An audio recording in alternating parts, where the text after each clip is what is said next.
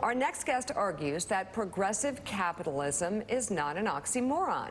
Joining us now, he would know a thing or two, Nobel Prize-winning economist and best-selling author Joseph Stiglitz. He's out today with a new book entitled People, Power, and Profits, Progressive Capitalism for an Age of Discontent. Also with us, founder of CNBC and former president of NBC Cable, Tom Rogers. He's the executive chairman of the online gaming company WinView. Good to have you both on board this morning. Joe, take it away. So, Joseph, let's begin with you. Donald Trump this morning tweeting that the economy is better than it has been in a very long time. And let's talk about the numbers really quickly. Unemployment is below 4%. Unemployment for Black Americans, lowest ever. Unemployment for Hispanic Americans, lowest ever. The poverty rate plummeting across the globe and also going down in the United States. These do seem in many ways to be great economic times, right? Those are good numbers. The real question is our growth sustainable? You know, are we going to have that kind of growth? You can get that kind of growth if you give a sugar high from a big tax bill, from a big deficit. Government increases expenditures in January 2018, creates a very big deficit between that and the tax bill. All economists said that that would goose the economy, and the question was, for how long?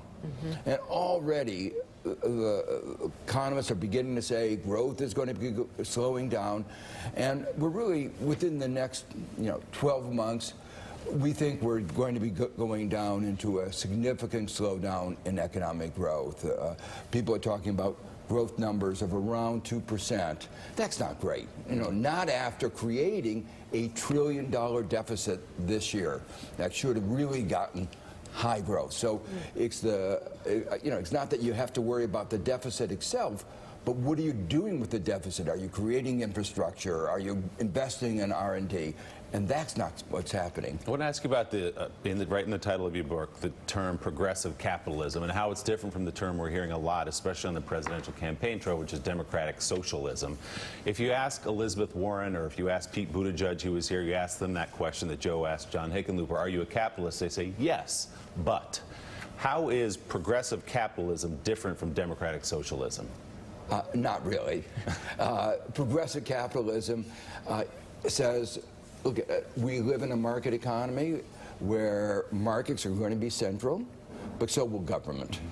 And the idea of progressive capitalism is to make sure that markets work for our citizens.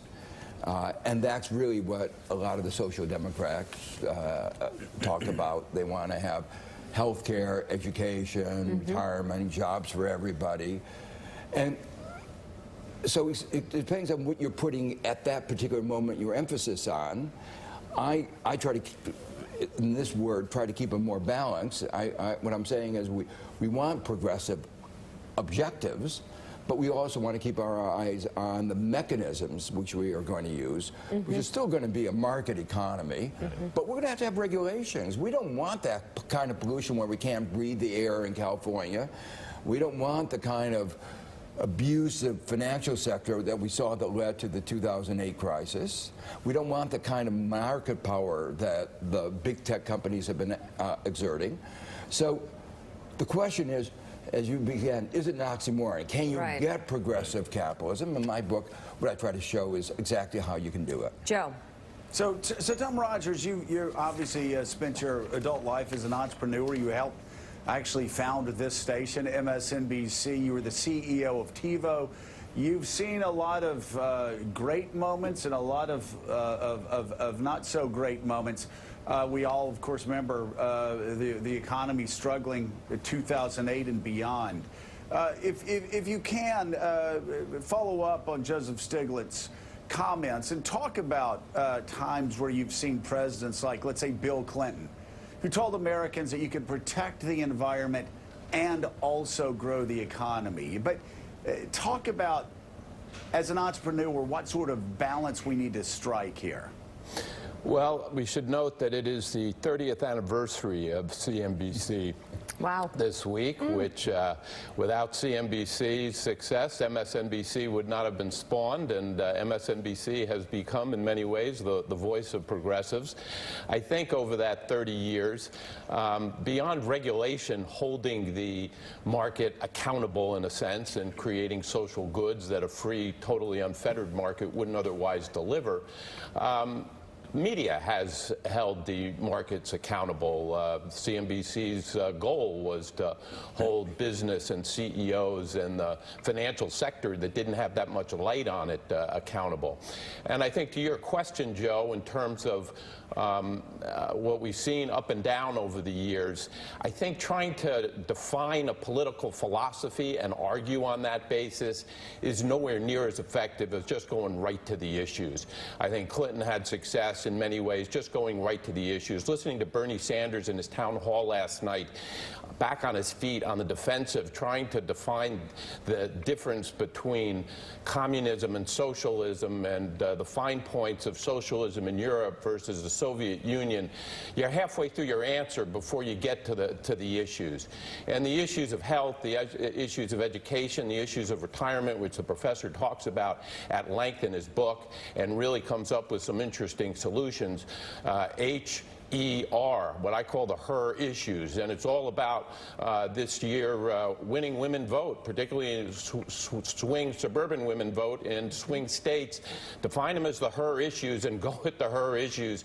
Let's not get caught up in trying to define a political philosophy as the way to win the arguments. Casey? Tom, what responsibility do businesses have to try to fix some of this inequality? I mean, there's a reason why Bernie Sanders has hit a nerve. It's because a lot of people feel left out. Mm-hmm. Well, there's no doubt about it, and I think, you know, you hear CEOs, leading CEOs, Jamie Dimon speaking out about the fact that 40% of workers are making $15 an hour, which amounts to about $35,000 a year, and in today's world, that is just not a living wage. So it starts with admitting there's an issue and talking about it so that the business community is clearly viewed as wanting to address these inequality issues and not being indifferent to them. Certainly there is responsibility when it comes to some of the key things where businesses are a fundamental part of the economy, like health care, and we're going to have to go back at that one because obviously it's top of mind for voters and an unfixed major issue. The book is People, Power, and Profits: Progressive Capitalism for an Age of Discontent. It is out today. Congratulations. Joseph Stiglitz, thank you so much for being on again this morning. And Tom, great to see you as well. Thanks, guys.